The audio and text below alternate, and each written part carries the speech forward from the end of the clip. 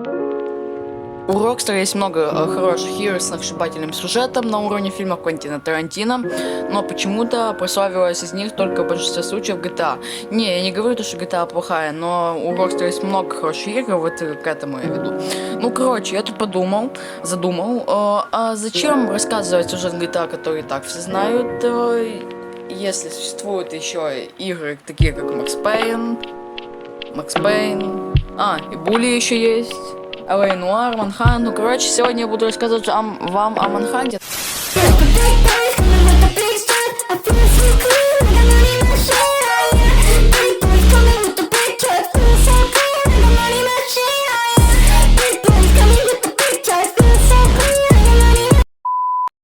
Это как в Макс Пейне я еще уже рассказывала, а в Буле, как по мне, сюжет не очень интересный, а в L.A. Noire я не играл. Короче, сегодня я, как вы поняли, буду еще отвечу в конце видео на вопрос, стоит ли играть в эту игру.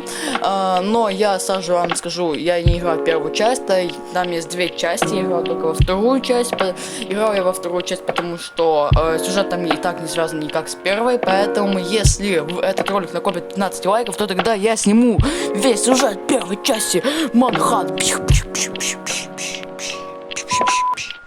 А сейчас заварите себе чай, потому что я сейчас буду рассказывать вам весь сюжет Манхант 2.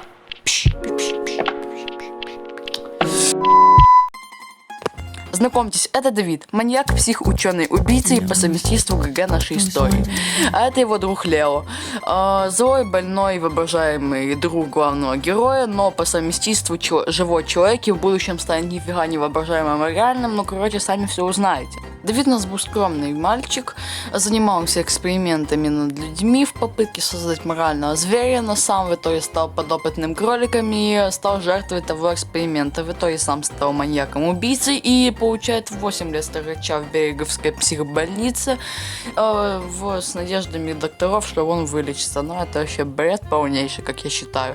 Понимая, что ему здесь не место, он воспользовался шансом и уничтожая всех на своем пути, чем он, кстати, будет заниматься на протяжении всего геймплея в этой игре, устраивает побег из этой психушки и вспоминает, что он не выключил утюг 8 лет назад и по возвращению понимает, что он чуточку опоздал. А затем местные жители как раз не вовремя встали у него на пути, и вы сами представляете. Короче, недолго думая, у нашего Давида и Леона возникает идея как насчет того, чтобы чекнуть обстановку в своей лаборатории. По прибытию Давиду приходится пройти через куб фанатов игр от Supercell, и они, сами знаете, как у меня там получили по заслугам. Далее мы проходим через санаторий Джерело, где встречаем старую подругу, которая говорит, что весь пиздец в городе творится из-за Давидыча и вообще пошел вон отсюда нахуй. Далее наш Давид, путешественник и Лео Башмачок отправляются на прогулку по Берегову, где всем, таки надо стоять у нас на пути. После того, как Давид увидел ментов, он быстро сообразил то, что ходить в форме из психушки без маски во время карантина по улицам это не самая лучшая идея.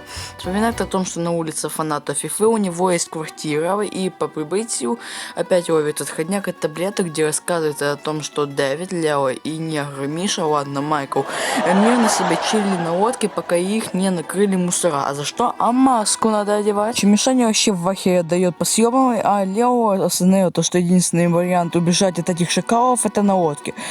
Осада, ключи от лодки у Маши. И теперь нам стоило бы догнать его, чем филигранно старается нам помешать ВБР. Но мы не сдаемся без боя. В конце концов, они у нас на пути, как и Майкл.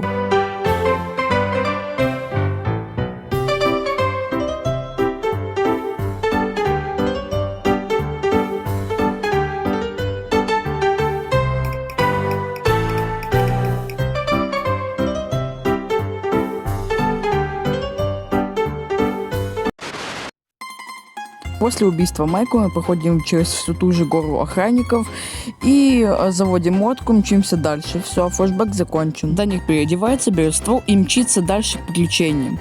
По дороге к нам мчатся фанаты Боруто, чтобы отведать люлей, и не замечая, пока я с ними расправляюсь, я уже оказался в кинотеатре, где как раз таки успел на премьеру фильма «Кто там?» с Киану Ривзом. Знаете? Нет? Ну ладно.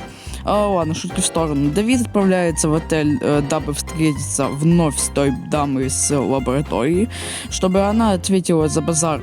В отеле Манхант превращается уже в игру Splinter Cell. По прибытию к этой бабе она нам сразу же дает знать, что этот костюм ей не нравится и кончает. Жизнь самоубийства. Ну, по крайней мере, я так думал, пока опять не пересмотрел, что я там наснимал, а Катя ее застрелили. Ну сколько раз я так говорил, харе уже пить таблетки. Ну как вы поняли, опять Давид взялся за свое, но наркоман, знаете ли, он и в Бергеве наркоман. Ну во флешбеке, короче, мы узнаем о том, что возле здания, где Макс Пейн охотился за вертолетом, Давид застрелил какую-то шишку, которая, как вы поняли, стала у него на пути. А именно запретила финансирование проекта Давидыча. Ну и опять мы отбиваемся от спецназа, и у меня прям дежавю.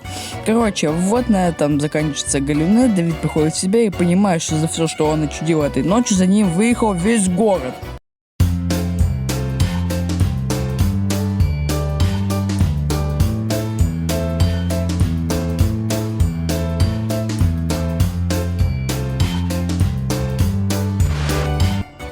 Ну и он решает прям самое разумное, что можно предпринять в этой ситуации, а именно спрятаться в канализации.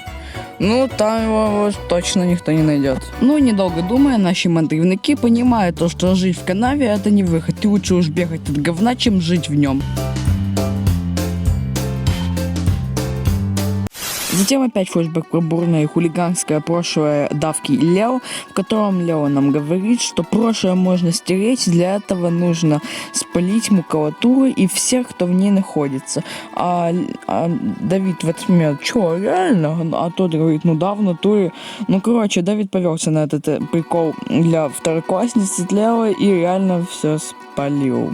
Да. Вот и флешбеки заканчиваются, а Даня говорит, что он уже заебался их показывать. Ну, алло, хара. Но вот знаете, что я скажу? Надо меньше таблеток жрать. Ну, короче, такая зачертина доктора Пиклза, ладно, Пикмана.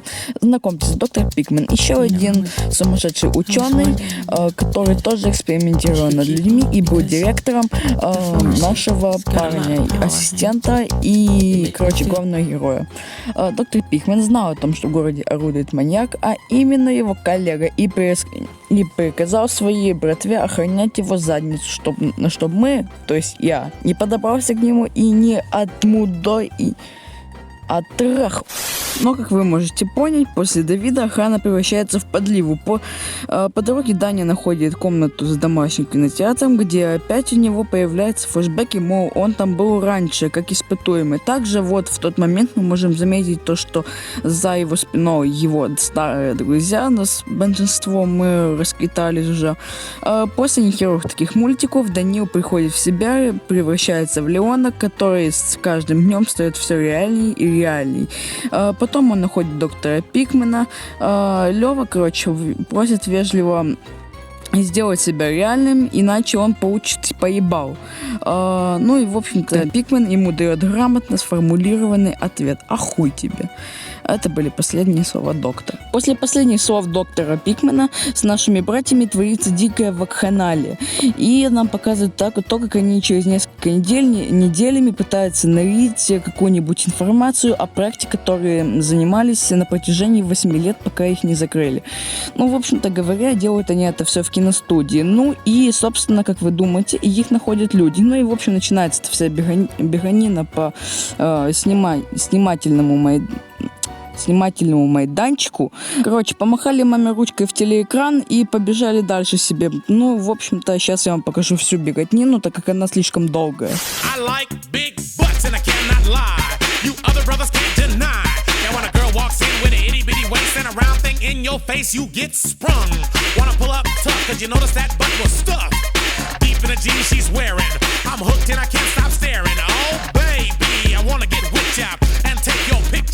My homeboys tried to warn me, but that butt you got makes me so horny. Ooh, rumpa smooth skin. You say you wanna get in my bins? Well, use me, cause you ain't. Мы видим, Давид вырубается, но проснувшись, он оказывается в неизвестном месте и не находит своего братана Лео, отчего знатно приофигевает. В комнату заходит бабенок, которая напоминает о том, кем он был в прошлом, и о том, что Леша это человек, он опасен, ёбнутый на голову, и тебе с ним только справиться. И, в общем-то, как обычно, все по классике, и Давид такой: ого-го-го-го-го. Кстати, а как-то дела обстоят у нашего Леона? А он как раз-таки в этот момент разгуливает и бушует, буянит на улицах Берегова, так сказать, отвисает. И тут бац, неожиданный флешбэк, как оказывается, Даня уничтожает всю свою семью ради проекта, а у него ведь была дочь и жена. В общем-то, он винит во всех своих убийствах именно Лео, так как Лео, он как бы его внутренний разум и виноват во всем. И надо залезть в голову Лео, он подписывает ради этого контракт и залазит ему в голову. Никогда не гадали, глядя на человека, что там у него в голове? Просто пушка, малышка, безделушка, любимая игрушка. Ты просто пушка, а я попал в ловушку. С малышкой, безделушкой, срывает мне катушку. Ты просто пушка. Валерий тем временем против того, что в его мозгах копается какой-то четырехглазый хрен, и решает вмешаться.